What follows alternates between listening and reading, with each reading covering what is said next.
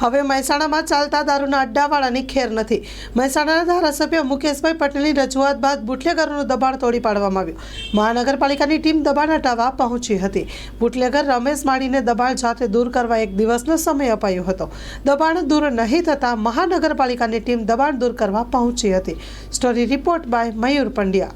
બાબાની વર્ષોની મહેનત બધી પૂરીમાં જાય છે। આ પટેલોનું કરીને મુકેશભાઈ એમ કહે છે કે પાડી દેવું પડશે મુકેશભાઈને।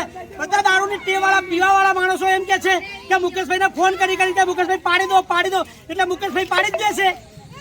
અમને ટાઈમ તો આપે કે નહીં 1-2 દિવસનો, ભલે કમિશનર હોય એમના હાથમાં સત્તા ના લઈ શકે, અમને કોઈ સગવડ ના કરી આપે એટલી ગળા। જય ભારત હિન્દ ચેનલ સાથે જણાવું છું કે હું મારા એક પરિવાર સાથે રહું છું અને કેટલાક 2022 વર્ષથી હું અહીંયા રહું છું। એના અંદર બધી જ બાજુ દારૂના ધંધાઓ ચાલે જ છે। મુકેશભાઈને પણ ખબર છે, એમના કોર્પોરેટરોના એમના પણ દારૂના ધંધા ચાલે જ છે। એવું નથી કે એ લોકો બધા એવું છે, બરાબર? આવું ઇસ્યુ કદી થયું નહીં। અને એક મારો નાબાલિગ છોકરો મેચ રમવા જતા મેચના અંદર ઝઘડો થયેલો અને નાબાલિગ છોકરાએ એક ખાલી માનસિક રીતે ખાલી એનું દાંતેડું અડવાથી બુટલેગરો એવી રીતે કરી અને પરાના પાટીદારો બધા ભેગા થઈ અને મુકેશભાઈને પાટીદારો વિશે લાગણી રાખતા આ બધું આજન આપેલું છે।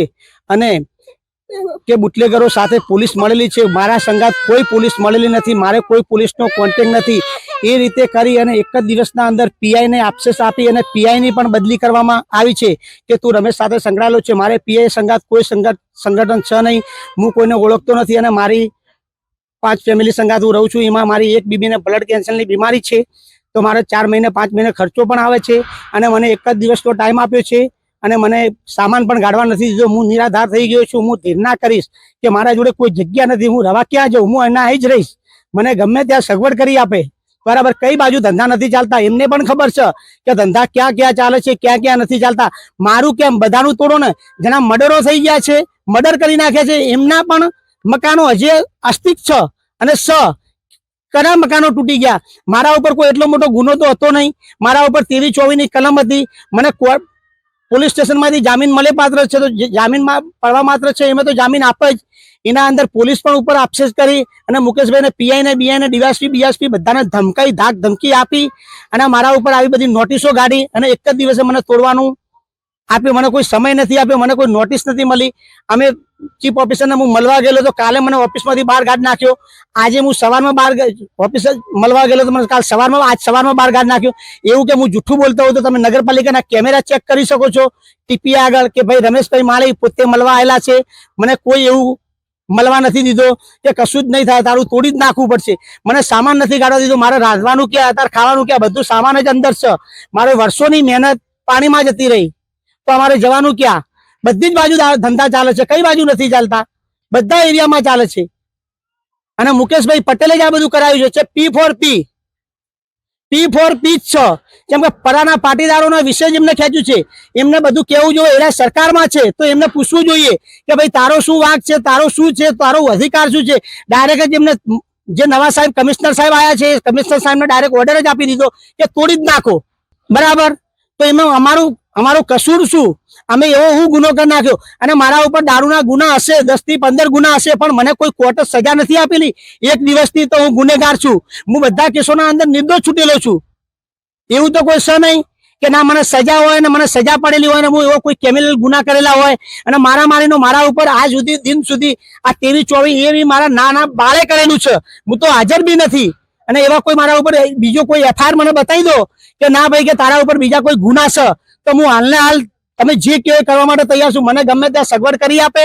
પટેલોનું ખેંચ્યું છે, પટેલોનું કર્યું છે, પટેલોનું માન્યું છે, એમની સરકાર છે એટલે કેમ કે આગળના મહિનામાં ચૂંટણી આવે છે 1 વર્ષ પછી વોટ લેવા માટે। હું પણ ભાજપમાં જોડાયેલો છું, મારા મોબાઈલના અંદર પણ વિડીયો છે ભાજપ અંગત રેલી કાઢતા। હું સારા કામ જ કરું છું। રામનવમી હોય તો હું બહાર કેમ્પ પણ કરું છું, ગણપતિનો ઉત્સવ હોય તો હું ગણપતિના ઉત્સવમાં મૂર્તિ પણ લાવું છું। હું આખા મેડલામાં બધી જગ્યા રહું છું।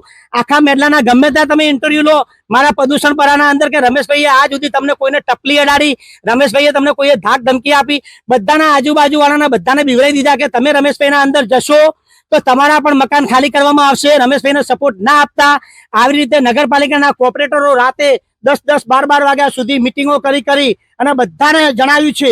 એટલે મારા સાથે કોઈ વસ્તી આવવા માટે તૈયાર નથી, મારી કોઈ જગ્યા નથી, હું અહીં જ રહેવાનો, મને ગમે ત્યાં સગવડ કરી આપે। મારી એટલી વિનંતી છે. જય શ્રી રામ. કચ્છની પ્રજાનું માનીતું અને કચ્છની પ્રજાના સાથ સહકાર અને પ્રેમથી સાકાર થયેલું એલબી મોલ એટલે કે લુગડા બજાર family showroom.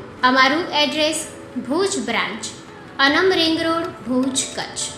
Mobile number 8980413537. Mandvi branch, Nandanvan society, Mandvi, Bhuj highway, market યાર્ડની બાજુમાં, માંડવી, કચ્છ. Mobile number 6353695514. નોંધ: રવિવારે આખો દિવસ શોરૂમ ખુલ્લો રહેશે.